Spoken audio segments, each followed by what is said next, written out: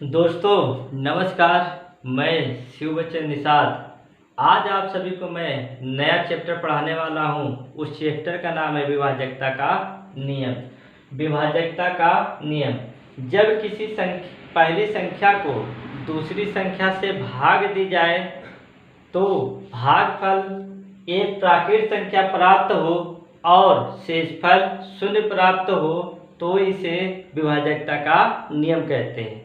पहली संख्या को दूसरी संख्या से भाग दें, भागफल एक प्राकृत संख्या प्राप्त हो, शेषफल शून्य प्राप्त हो तो उसे हम विभाजकता का नियम कहते हैं। जैसे देख लीजिए, 6 से अगर हम 18 को भाग दें तो 6 त्रिक 18, शेषफल क्या बचेगा आपका 0। 3 देखिए क्या है, एक प्राकृत संख्या है और शेषफल क्या बचा आपका 0। इस नियम को हम क्या कहते हैं, विभाजकता का नियम। इस नियम के तहत हम सीखते हैं कि कोई संख्या किस संख्या से विभाजित है। तो आइए देखते हैं। पहला नियम, 2 से विभाज्य। 2 से विभाजकता का नियम कहता है कि वे सभी संख्याएं जो 2 से कट जाए या जिनके इकाई का अंक 0, 2, 4, 6 और 8 हो। इकाई का अंक क्या हो, 0 हो, 2 हो, 4 हो, 6 हो, 8 हो, तो वे सारी संख्याएं जो होंगी 2 से पूर्णतः विभाजित होंगी।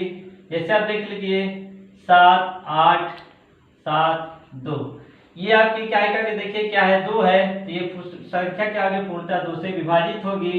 6, 7, 8, 2, 4, 6, 5, 0, 0, 2, 4, 3, 8।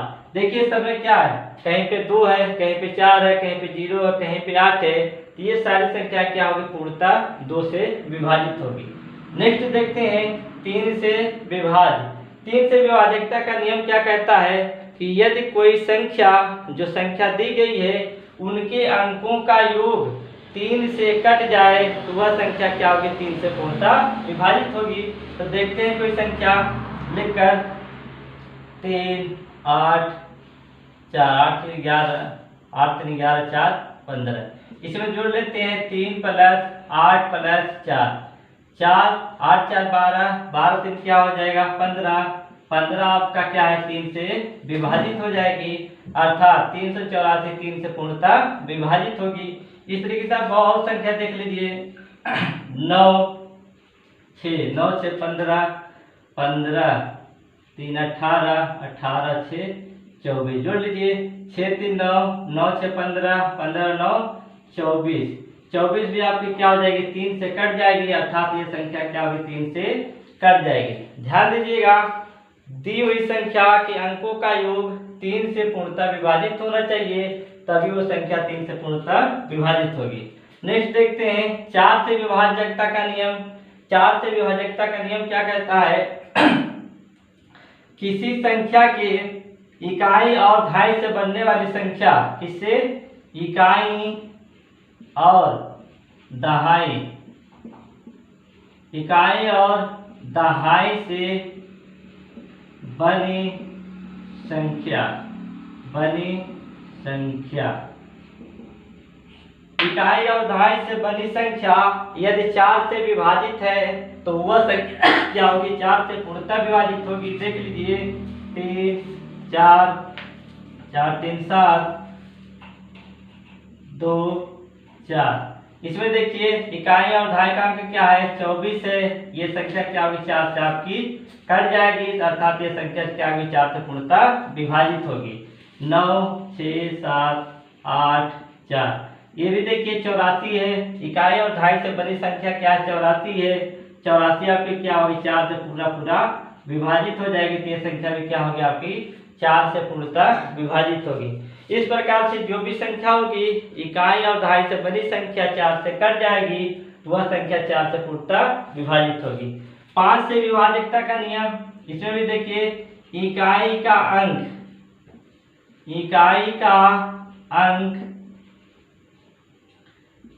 0 और 5, इकाई का अंक क्या हो 0 और 5 होगा, वह संख्या क्या होगी सभी 5 से पूर्णतः विभाजित होंगी। जैसे देख लीजिए 5 450 9 6 0 4 5 3 2 5 0, ये सभी क्या होंगी देखिए इकाई का अंक क्या है 0 है 0 है 5 है, ये सारी संख्या क्या होंगी 5 से पूर्णतः विभाजित होगी।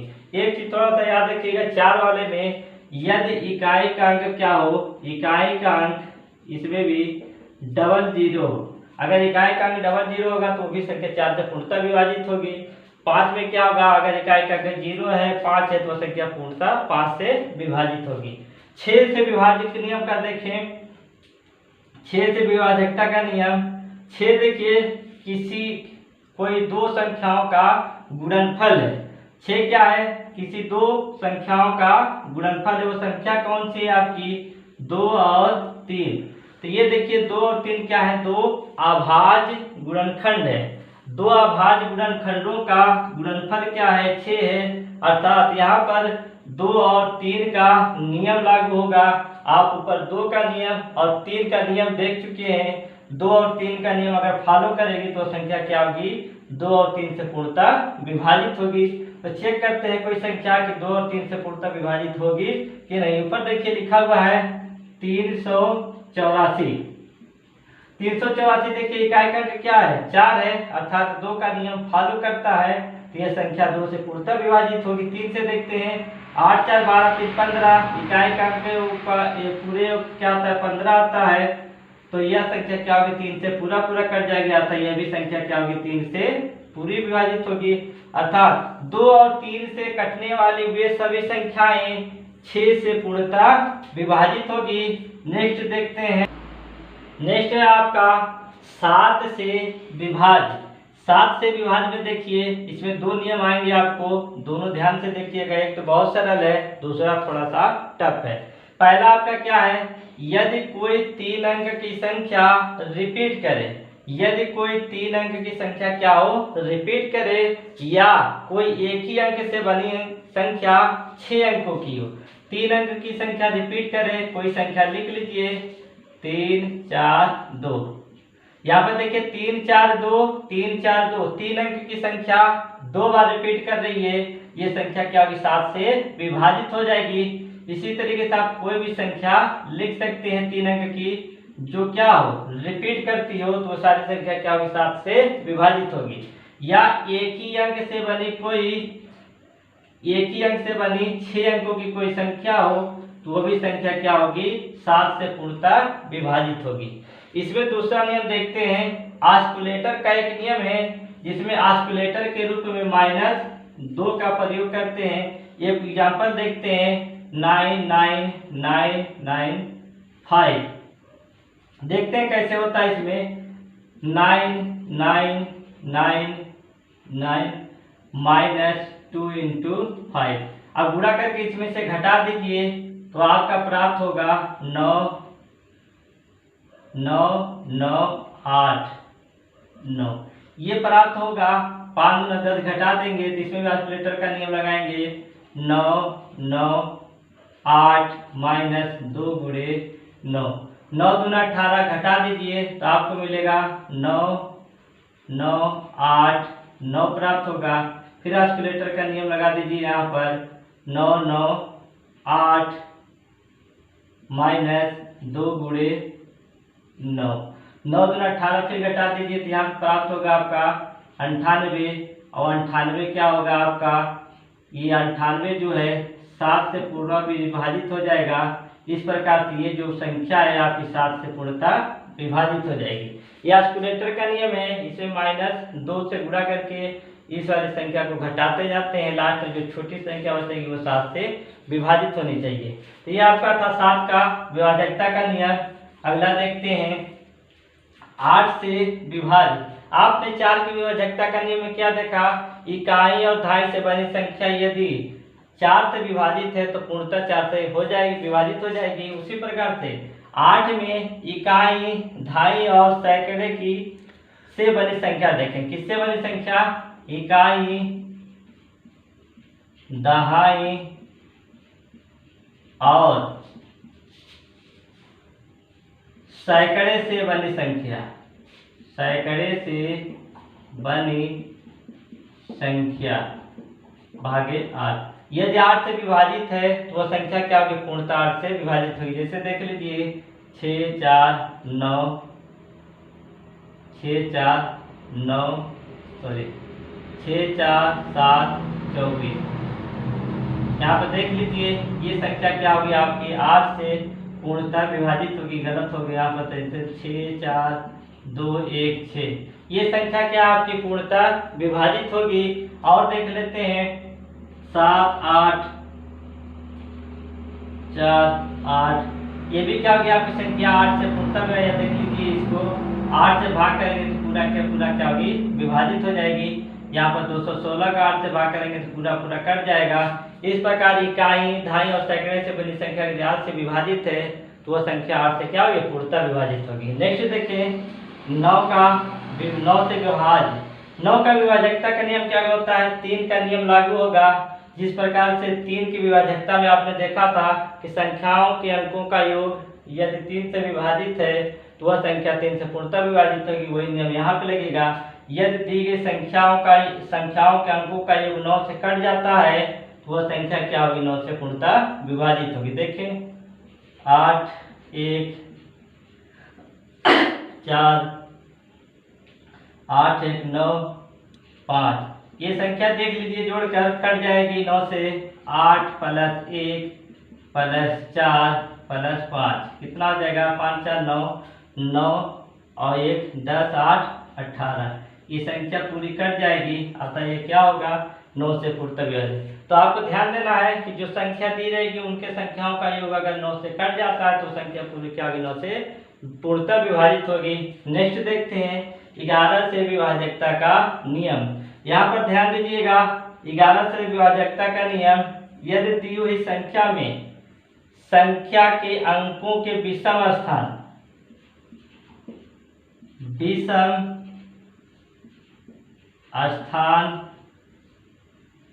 के अंकों का योग माइनस सम स्थान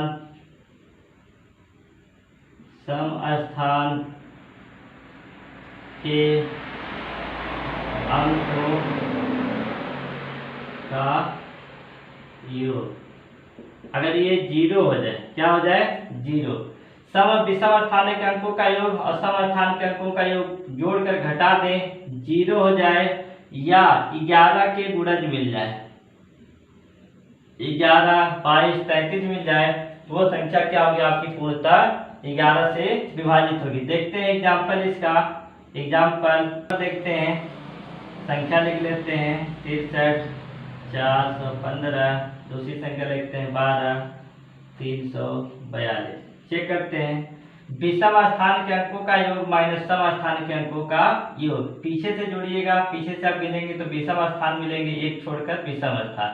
देखिए 5 4 9 9 6 15 कितना हो गया, विषम स्थान 15 हो गया। सम स्थान पे देखें 3 और 1 4, घटा दीजिए तो क्या प्राप्त हुआ आपका 11। यदि 11 के गुणज प्राप्त होते हैं, चाहे 11 हो 22 हो 33 होते हैं, तब ये संख्या क्या होगी, 11 से पूर्णतः विभाजित है। यहाँ पर देखते हैं 2 3 2 5 5 और 1 6 प्राप्त हो विषम स्थान पर, 4 2 6। यहाँ पर देखिए क्या प्राप्त हो गया आपका, 0। घटाने पे या तो 0 हो जाए या तो 11 के गुणज प्राप्त हो जाए, तो उसमें क्या होगी, 11 से पूर्णतः विभाजित होंगी। नेक्स्ट देखते हैं आपका 12 से विभाज्य। 12 में देखिए किसी दो अभाज्य संख्याओं का गुणनफल है, तो वो कौन सी अभाज्य संख्या है, 3 और 4।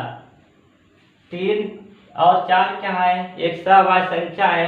देखिए 4 3 12, अर्थात 3 और 4 का नियम फॉलो होगा। अब 3 और 4 के नियम ऊपर पढ़ चुके हैं, उसके द्वारा आप इसका विभाजितता देख सकते हैं कि कौन कौन सी संख्या 3 और 4 से विभाजित होंगी।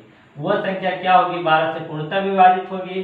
नेक्स्ट देखते हैं आपका, नेक्स्ट देखते हैं 13 से विभाजकता। तो 13 से विभाजकता के नियम बहुत ही टिपिकल है। आप 13 से भाग करके चेक कर लेंगे या संख्या जो दी रहेगी तो पिछले जो नियम उन पे फॉलो करके देख लेंगे, जिससे वो नहीं कटेंगे वही संख्या क्या होगी 13 से विभाजित होगी। इसके अलावा 15 देख लीजिए, 15 में फिर वही नियम लागू होगा 3 और 5 का। जो संख्या 3 और 5 से विभाजित होंगी वो संख्या क्या होगी पूर्णतः विभाजित हो जाएगी। इसके आगे आप देख सकते हैं बहुत से गुणनखंड करके चेक कर सकते हैं कौन कौन सी संख्या किससे विभाजित होगी। और कुछ नोट कर लीजिए, नोट क्या करना है चेक कर लीजिए, थोड़ा सा देख लीजिए। यदि कोई संख्या 3 अंकों की हो और वो एक ही अंक से बनी हो, जैसे 111, 222, 444, तो ये आपको बताना होगा कि किस संख्या से विभाजित होगी। तो ये हमेशा आपका 3 और 37 से विभाजित होगी। एक अंकों की बनी, एक अंक से बनी 3 अंकों की सारी संख्याएं 3 और 37 से विभाजित होंगी। जितने भी इस प्रकार की संख्याएं होंगी 3 और 37 से ही विभाजित होगी। इसके अलावा देखिए, अगर एक अंक से 6 अंकों की बनी संख्या, एक ही अंकों से 6 अंकों की बनी संख्याएं हमेशा किससे विभाजित होगी वो देखते हैं। जैसे 5, 5, 6 बार 5 लिख लीजिए, चाहे 6 बार 7 लिख लीजिए, कोई भी संख्या 6 बार लिख लीजिए। ये सारी संख्याएं आपकी देखिए किससे विभाजित होगी, वो संख्या 3 से विभाजित होगी, 7 से विभाजित होगी, 11 से विभाजित होगी, 13 से विभाजित होगी और 37 से विभाजित होगी। ये सारी संख्या अगर 6 अंकों की है तो 3, 7, 11, 13 और 37 से विभाजित होगी। आगे देख लेते हैं कुछ घातांक वाली संख्याओं का विभाजकता। घातांक वाली संख्याओं का विभाजकता,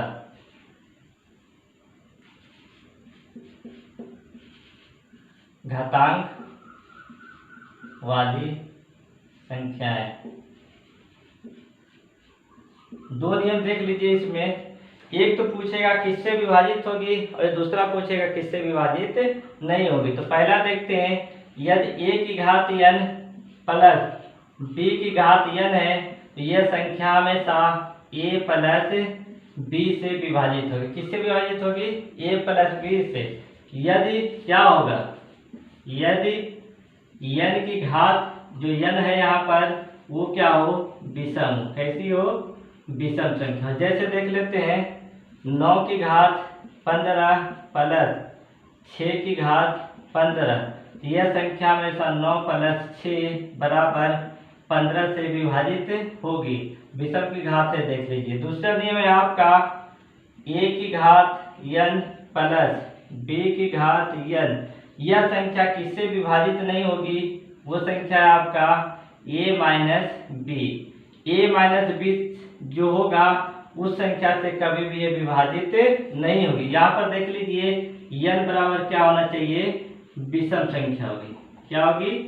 विषम संख्या होगी। देख लेते हैं यहाँ पर 11 की घात 17 प्लस 4 की घात 17, तो संख्या आपकी कौन सी मिलेगी? 11 माइनस 4 बराबर क्या होगा, 7।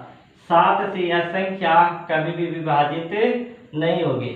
इस प्रकार से आपने आज विभाजकता का नियम पढ़ा और देखा आपने कैसे कौन सी संख्या विभाजित होती है। आगे आपको हम पढ़ाएंगे इसके बाद विभाजकता पर जितने सवाल आपके होते हैं, कैसे कैसे क्वेश्चन बनते हैं, उसके बारे में आपको नेक्स्ट वीडियो में पढ़ाया जाएगा। इसी के साथ आप सभी का बहुत बहुत धन्यवाद। नेक्स्ट वीडियो में फिर मिलते हैं विभाजकता के नियम के क्वेश्चनों के साथ। धन्यवाद।